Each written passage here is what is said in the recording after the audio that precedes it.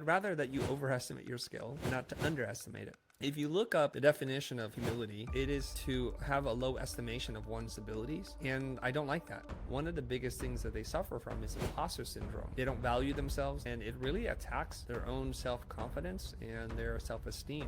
Athletes who win first place gold medal, they almost always say the exact same thing. They pre-visualize winning. We only go as far as we tell ourselves that we're capable of. If we are hesitant and when we negotiate, it's going to send signals to the other person that something's wrong, something's off. Like, Ash may not be very good. Really successful people, successful entrepreneurs, they love the journey more than the destination. You have to love the journey because it's a grind. When we enter into the sales conversation, our job isn't to sell, it's not to perform, it's to understand if they have a problem that you can solve. Christo is an Emmy-winning designer who recently shared his remarkably inspiring story on this YouTube channel and podcast. Essentially, when Chris was only 3 years old, he fled Vietnam with his family during the fall of Saigon in 1975. He landed in the United States with pretty much nothing with his family, and he's built a multi-million-dollar design agency. More importantly, he's built an engaged following on YouTube, LinkedIn, and other platforms. I loved speaking to him last time so much that I'm delighted to have him back today. So I'd like to welcome Chris Do from thefuture.com. Welcome, Chris. Thanks for having me back, Ash. Our conversation was one of the best I've had in a long time. When we finished our last conversation, towards the end, I mentioned that I was touched by how humble you were. And you said that felt like someone was swearing at you. And I thought that was a great cliffhanger to end on. So let's pick it up there. Can you tell us a bit more about your take on what humility means to you and why you felt it was a swear word? Yeah, I think in most Western cultures, even Eastern cultures, humility is a virtue. To be humble is to do something good. And the problem is, if we start to investigate what the word humble means, and then we start to look at imposter syndrome, there are a lot of correlations between that. And as I see myself as an artist, and I work with a lot of people in the creative community, one of the biggest things that they suffer from is imposter syndrome. They don't value themselves. They don't see what they're doing as worthy of being paid for, and it really attacks their own self-confidence and their self-esteem. So let's dive a little bit deeper, okay? Yeah. If you look up the definition of humility, or to be humble, it is to have a low estimation of one's abilities. And I don't like that, because that means, like, I might be a really good basketball player, but I have to tell myself I'm not as good as objectively speaking, right?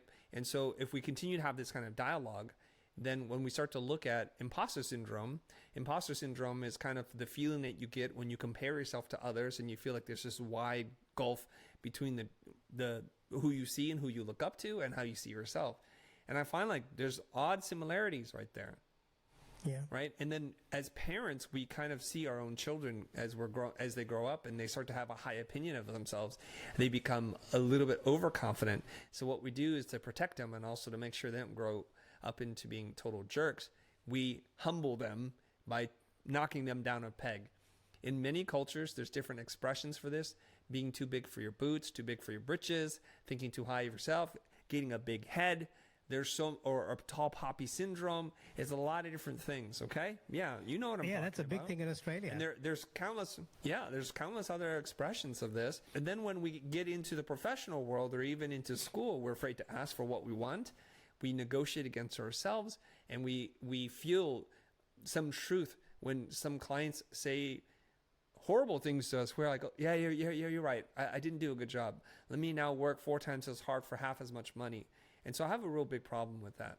Well, Chris, this is one of the many reasons I really enjoy talking to you, because in my experience, that has been very true for me. Like you, I come from an Eastern background. I was born and raised in India. I came to Australia when I was 16. I'm sure our family values are similar in the sense that, yeah, you got to be humble.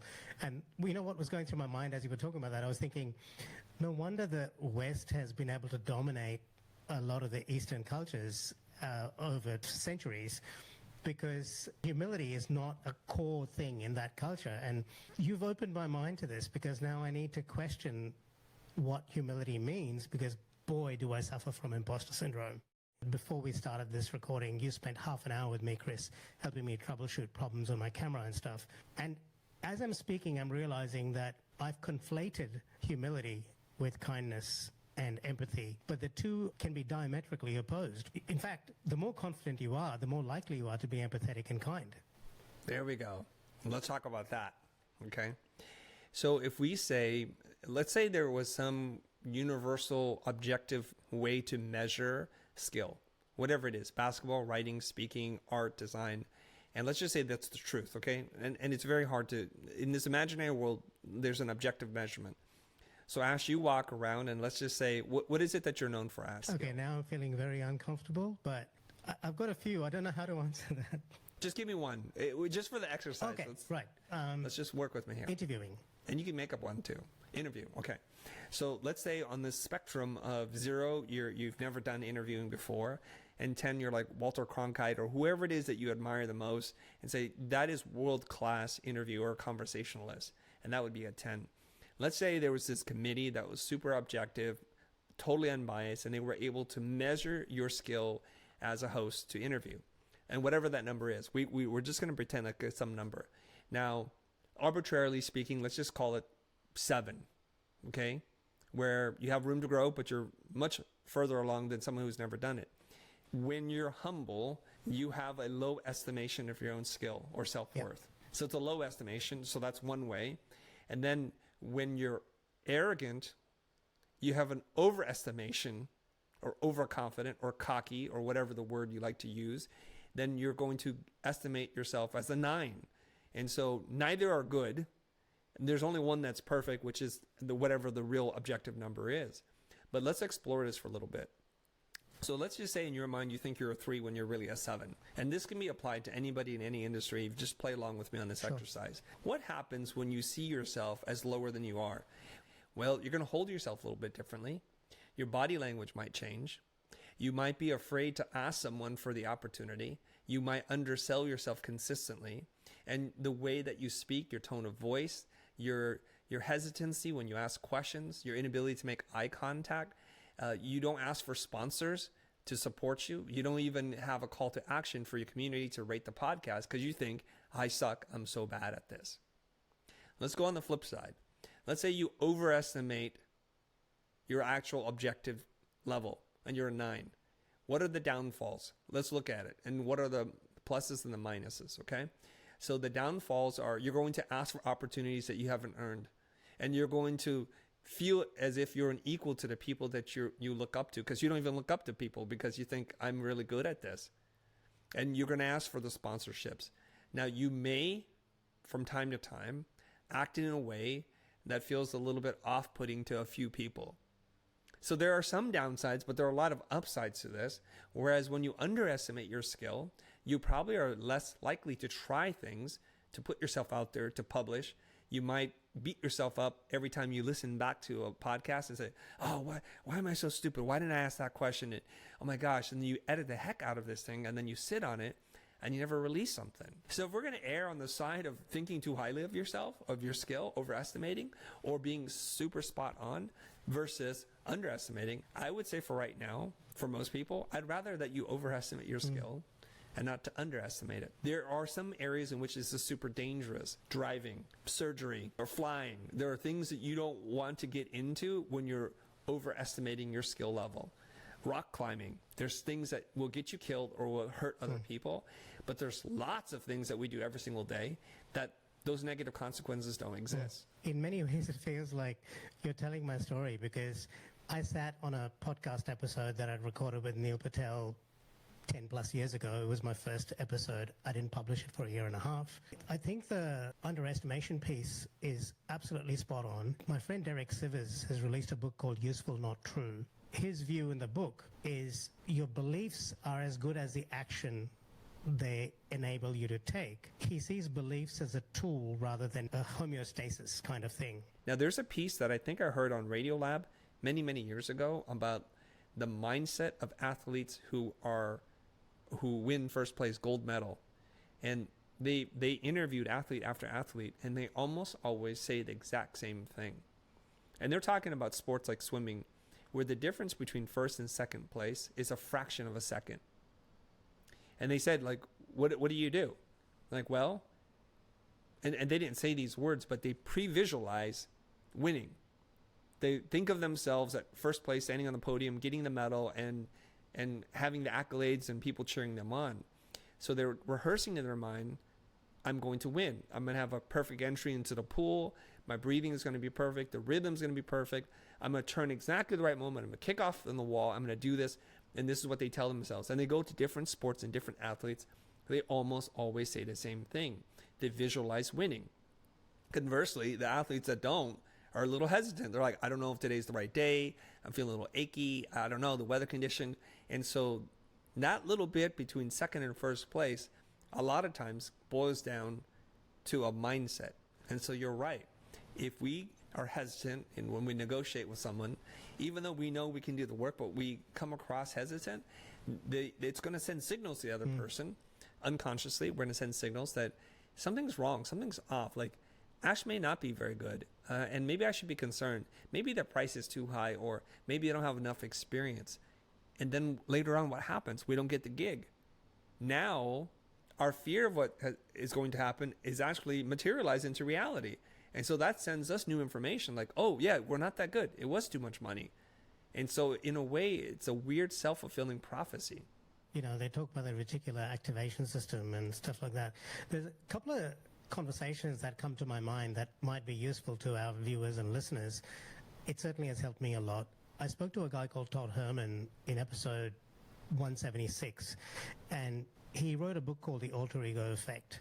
And apparently a lot of successful artists have used some kind of an alter ego. Beyonce used Sasha Fierce. That was the name of her first album, I believe. The Beatles had Sgt. Pepper's Lonely Hearts Club Band. David Bowie had Ziggy Stardust, and so on. And what I found it helped me to do was step into an alternative ego, I guess, with a different set of beliefs that were less limiting and less damaging, and allowed me to pretend to be somebody else. As you were talking about the athletes, what I thought about was Noah Lyles in this Paris Olympics. I watched this Netflix documentary on these various sprinters, and Noah Lyles has this, what seems to me to be an almost unreasonable assumption that he's going to win, because some of the other athletes are pretty good. There's one tall guy whose name I can't remember, and he looked to me to be more likely to win, or certainly had better hardware. He's taller. But Noah Lyles, when he came out into that Paris Olympics, he was like jumping. He jumps really high. He was jumping, and he was like really acting like he'd already won. And I was like, man, this guy's arrogant. But he won by a hair. I mean, he won by a tiny amount. And you've got to ask yourself, well, what was the difference between him and, you know, the silver medalist? Probably nothing in terms of physical ability and training. But he still managed to pull it off. You know, you have to now start asking yourself, well, did he manifest it? I'm very skeptical about manifestation, but it makes you wonder, right? Well, I'm going to make, hopefully, you a little less skeptical about manifestation. Okay. And it's a fancy word, right? So let's get into that. I believe, and you know, the race you're talking about, they had to do a replay because they first thought the other guy won, right? Yes. Like, wait, hold on a second. We need to review the tape. And they looked at this, and I think it was that no one expected him to win because the other guy was just taking off. I remember there was a little catch-up that he had to do. So physically, he might not even be the same despite the results. That his mentality said, I'm going to win. This guy who's ahead of me, it's okay because I'm going to take him in a second. I'm just going to overtake him in a little bit, and he was able to do that. Let's talk about manifesting a little bit here. We only go as far as we tell ourselves that we're capable of. So we were talking about Seth Godin before. He has his exercising. He does it quite often. He's like, everybody raise your hands as high as you can. And then everybody's trying to raise their hand. And then he goes, now raise a little bit higher. And then he raised a little bit higher. He's like, what just happened? Why did we do that? Right? And his explanation is we've come, like we have expected in our lives, we've become accustomed to knowing that people will always ask us for more. So we subconsciously hold back a little bit. But let's just do this right now. I exercise. So when I say to myself, I'm going to commit to doing 30 or 40 push-ups or 15 pull-ups or 10 or 12 or 4, it doesn't really matter. It's kind of weird. Right before I get to my number, I start to feel a little tired, right? So like 10, oh, I don't know if I can do this, 11, and then 12, I drop off the bar. And why? Why does that happen? Now, there's an exercise. I think it was Wim Hof who did this with somebody. He's like, okay, let's see how many push-ups you can do. And they do this, right? And theoretically, the lactic acid is building up in your chest or your pectorals. And you should not be able to do as many or even more because you're fatigued. So he goes, let's do this again. But I'm going to do the counting this time. He goes, 1, 2, 7, 4, 17. So he's scrambling the guy's brain. So he's lost track of how many push-ups he's doing. And then they stopped, and he did more than he previously had done. So we're understanding that a lot of this is self-limiting beliefs. We're holding ourselves back. When we call someone and we're going to ask them for an opportunity, a new business opportunity, we tell ourselves there's no way they're going to hire us. They don't want what we got. And so when they say, I'm not going to hire you, I don't want what you have, then we're like, I knew it. I just knew it. But if you're Noah Lyles and you're walking in there like, it's just a formality when I'm going to collect the gold medal, and I have to go through this just so everybody knows it's not like me cheating. So he runs and he wins, and it's incredible. So I think you might want to rethink or investigate a little bit about this idea of your belief system and how they control your worldview, which then dictates your actions, your thoughts, the way you carry yourself, and then ultimately your body. Your body's going to be held back. Man, I love talking to you. This is just so much fun. I'm feeling so much joy in this conversation. There was an ad, and I'm not an athlete by any stretch of the imagination. I started working out pretty late in life, and there was this ad for Adidas, and it was on a street. It's a double-page ad, and it's just like one road going off into the horizon, kind of like disappearing into the horizon. And it's just a normal suburban neighborhood. And there's little bits of type, and it says, just to the car, just to the mailbox. And the type got smaller and smaller. It says, tracing along this imaginary road that was disappearing into the horizon, single point perspective. And it would say, just at the end of the street, just to the next signpost, and so it was really interesting because I'm not a runner, but I think they perfectly captured the essence of what it feels like to run. And it's just to the whatever it is. And then when you get there, you can make a new goal. And then this is how you trick yourself into doing things that you previously dread. So you're absolutely right. And I'm spacing on the guy's name right now, but I read an article about him. Terry Crews. You know who Terry Crews is? Big, muscular African-American man. He's on America's Got Talent as the host on the side. He's not the judge, but he's like, and he's also the spokesperson for Old Spice, and he used to do the peck poppers. Like, he's a very fit man. Used to play for the NFL, I believe. Became an actor afterwards. And you think a guy like him loves the gym.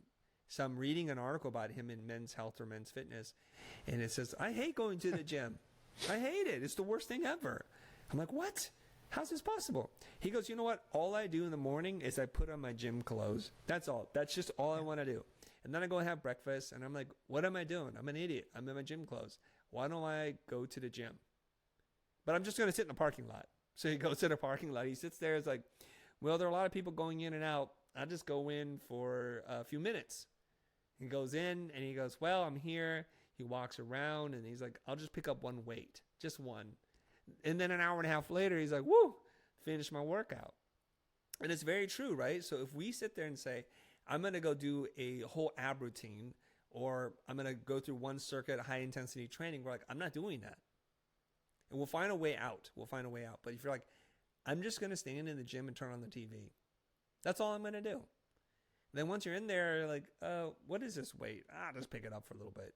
So it's kind of really interesting how we can train ourselves to just take one small step, and that is a chain reaction. It leads to amazing results, I think. And so I think this could be rippled through everything. I'm not going to read the book today. I'll just read one page, the first paragraph.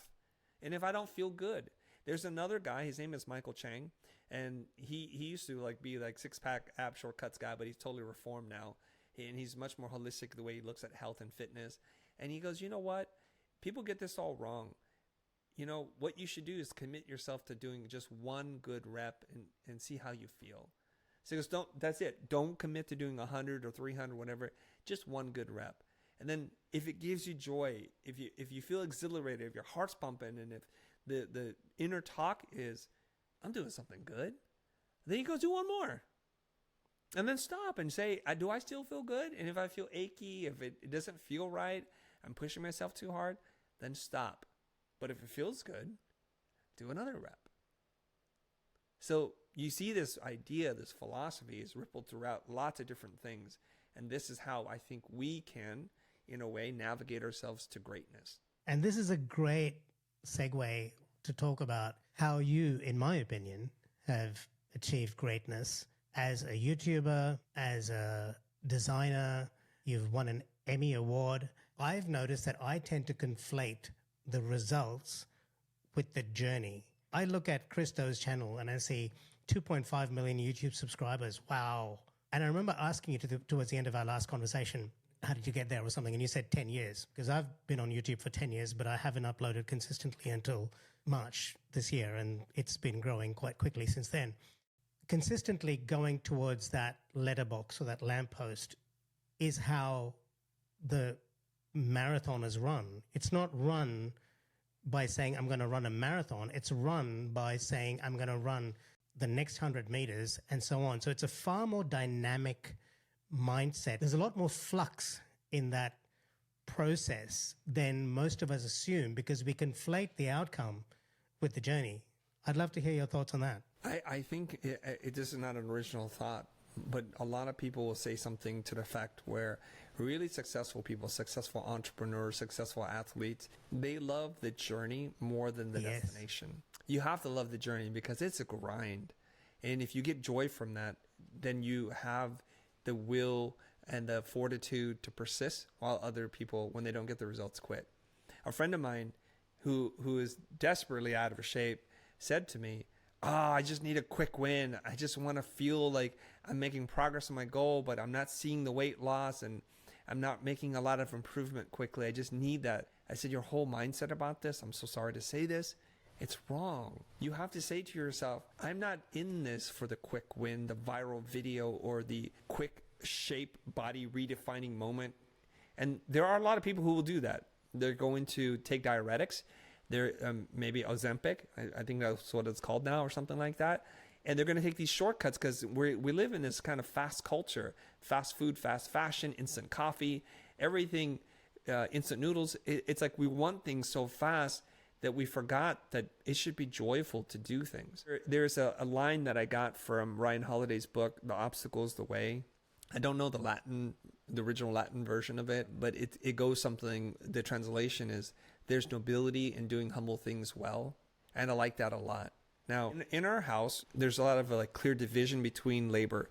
I do the work part. My wife manages the finance. She runs the household. I look like I'm the CEO and she's the CHO. She's the chief home officer. And I don't cook and I don't do dishes very often. But yesterday, I was like, you know what? I'm not on a deadline. I don't have anything to do. Let me just do my own dishes. It's like a very small thing. And I had like 3 or 4 things to do. But before I could do that, I had to clear the dish rack. So that was a thing. And as I was doing it, I told myself, this is fun. I want to make sure the dishes are dry. I want to place them in the right spot. And I just want to figure out the lay of the land because I don't know where anything is. And I'm just kind of trying to appreciate that moment. And so to me, it's not so much that the dishes are done. It's the fact that I get to enjoy this process of like, oh, this is what it's like to do the dishes. And I can find joy in this.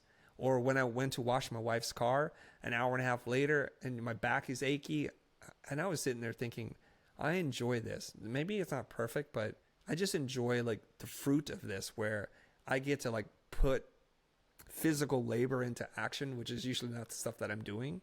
And I think when you start to love that, the game changes dramatically. I'm starting to find so much joy in thinking of new ways to tell stories, visual storytelling.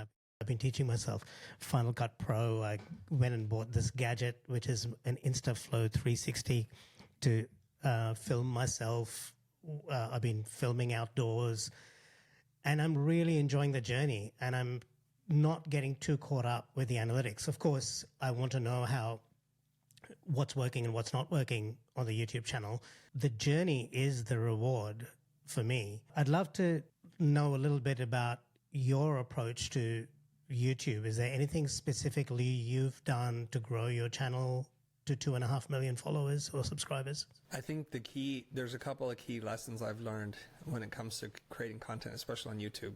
Number one is, if you're busy pitching and selling something, the audience feels that, and that's not really a great way to build a connection or community. So when we stop thinking about, well, we got to sell product, it was very liberating, because now I could just teach, and that's what I like to do. And number two is, when you show up to teach, well, now you have to put in some work. You can't just freestyle this. You're not that good, I promise you. And many of you think you're that good. This is an overestimation of one's skill. So I've had over 10 years of teaching in a classroom, but teaching on a camera is very different than teaching in a classroom. There's no one to interact with. And so what I have to do is I have to go and prepare the lesson and anticipate what the dialogue might be and kind of explain it that way. And then you get to enjoy that process. So I remember the first breakthrough video, I must have stayed up to 3 or 4 in the morning preparing the keynote slides. And I was able to talk about the different processes.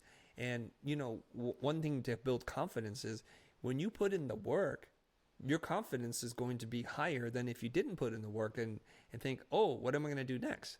Right? So I prepared for it and I worked on it. And then immediately the audience starts to recognize it. Whoa, this is a little different. We like this. And so this is the first video that started to take off for us. And so that was a pretty clear signal that in a world where there's meritocracy, assuming there is such a thing, that if you make better content than bad content, then more people will show up and you're going to see engagement go up. More people are going to share, and they're going to sit up and pay attention to what it is that you're saying. I think the next part is to not love so much like a really fine, polished product, and just say, you know what? Yeah, this is not perfect, but you know what's better than perfection is progress. And every time I make a video, I tell myself, oh, there was an opportunity to do a little bit different. I'm going to try this next time, and let's change this. And my team was like, what? Everything is so kinetic. And I said, yeah, that's what we want to do. Let's change the lighting. Let's move this. I noticed a couple of things. I didn't feel comfortable here. I needed something else. And they would make these adjustments. And 100 videos later, you're better, you're more confident, and you know how to teach in a way that works for people. And you know how to deliver the message in a way that people can hear. And now the camera work is what you want. The lighting looks really good. And so we don't worry so much that needs to be our first entry into creating content. In the last little bit I'll say is, you may have a plan going in, but be flexible enough to respond to what the audience really wants. So initially I was creating a lot of design content. I was critiquing logos and doing layout, like working on top of someone else's layout. And the audience showed up for that. But I'm speaking to a very small audience right now, the ones who care enough to get on a YouTube channel and watch somebody else work on design. But there's a video that we started talking about pricing, about business strategy, and that video started to take off. So that was when I was thinking, I thought this stuff was really boring. You mean people are going to sit here and watch this kind of stuff?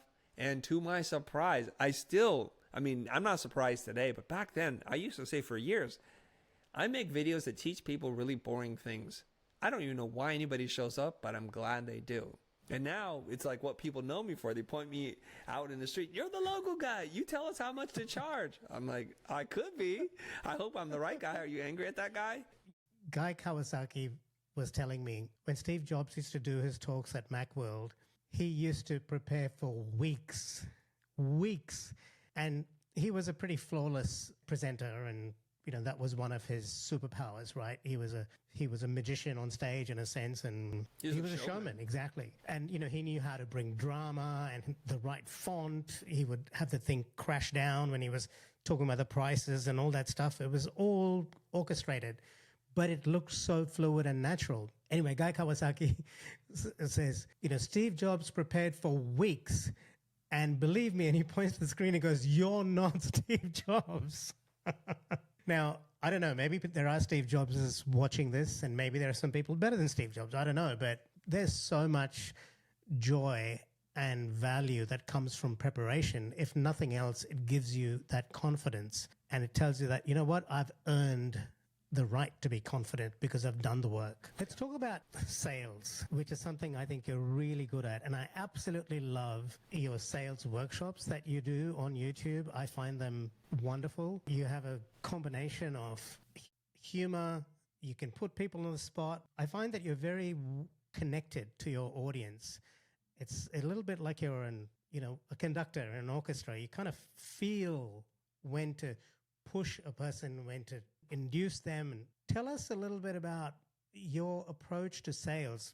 How does one build their confidence when they're reaching out to make sales calls and not have that rubbish going on in their mind that, oh, this person's going to say no to me, and they've pretty much, set themselves up for failure before they even pick up the phone? Well, there's a lot to unpack here, so I will try. Okay. I think fundamentally, if you've put in the work to learn your craft, whatever it is, writing, design, public speaking, keynote design, whatever it is, if you put in your 10,000 hours, as Malcolm Gladwell has suggested, then it's built on foundation of skill. So now here's the next question, okay? So what people don't understand is I don't usually talk about this part.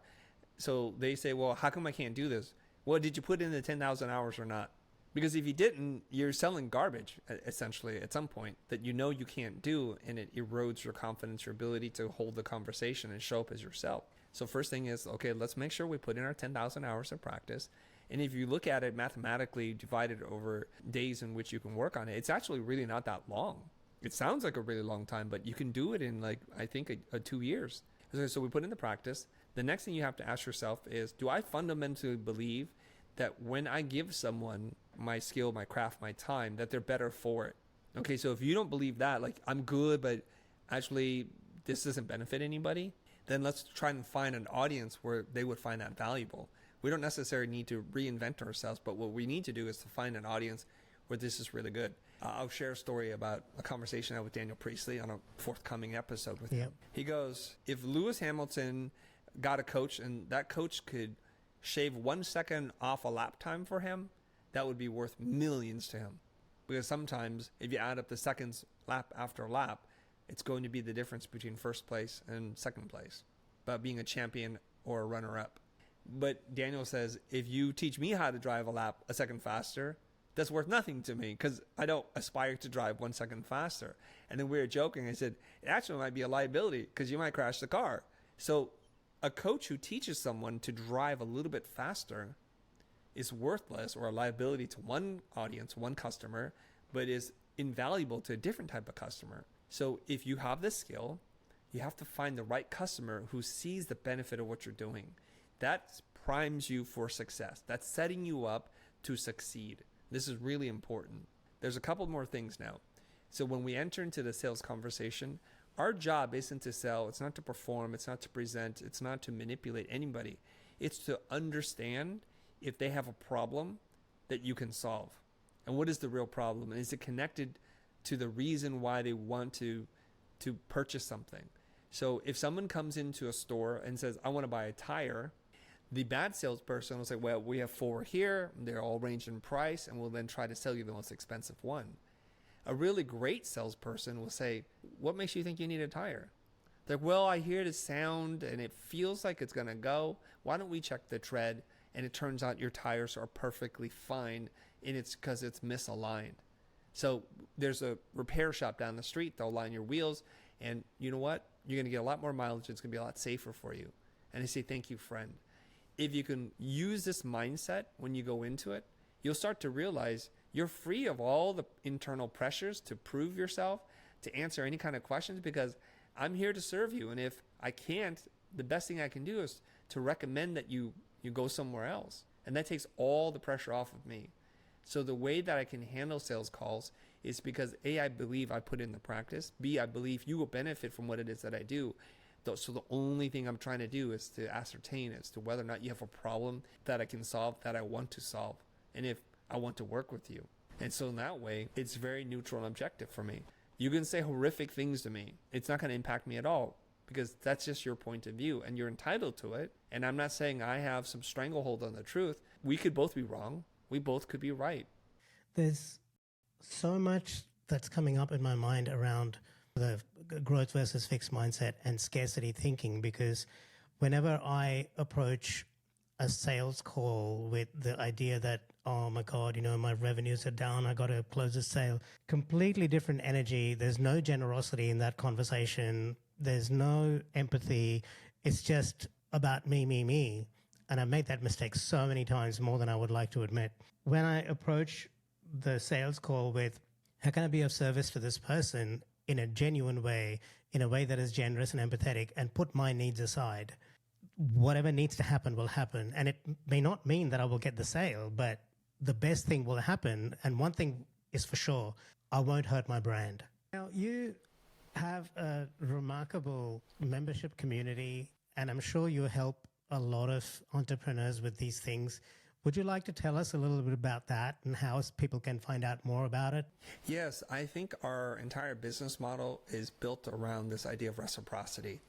I will show up consistently and deliver value after value. At some point, maybe you'll start to feel a little guilty, or maybe you'll be a little curious and you'll feel compelled to want to pay us back. But we don't try to force you into some kind of funnel like, oh, you can watch the rest of this thing only if you do X, right. Y, and Z. But we're realizing that we're leaving too much up to the discretion of the person, because there are a lot of people, they're not bad people, they will consume and consume and consume, and they will never feel like maybe they should leave a tip or do more than that they've done their part by just watching the content. So we have a couple of ways for people to participate.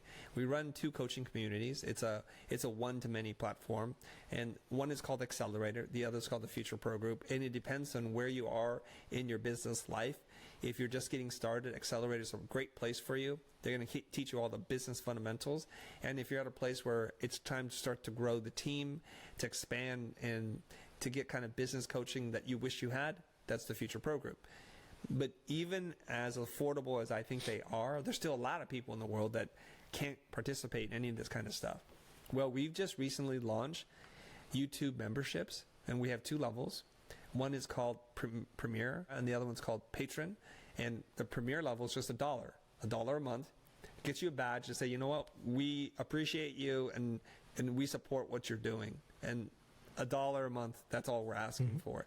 At the $15 level, you become a patron, and you get access to videos that we don't know what to do with. What I mean by that is we record workshops and talks where I think I can't just flood our channel with all this content because no one will ever buy anything, but it's not quite a course, and I don't really want to build a course for it, so let's put it here. So we've been sitting on weeks worth of material in terms of hours that we didn't know what to do, and so now we're slowly editing those and releasing them there in hopes that people will feel like, you know what, $15, that's like 2 or 3 coffees a month. If you want to buy us a coffee, we'd appreciate it.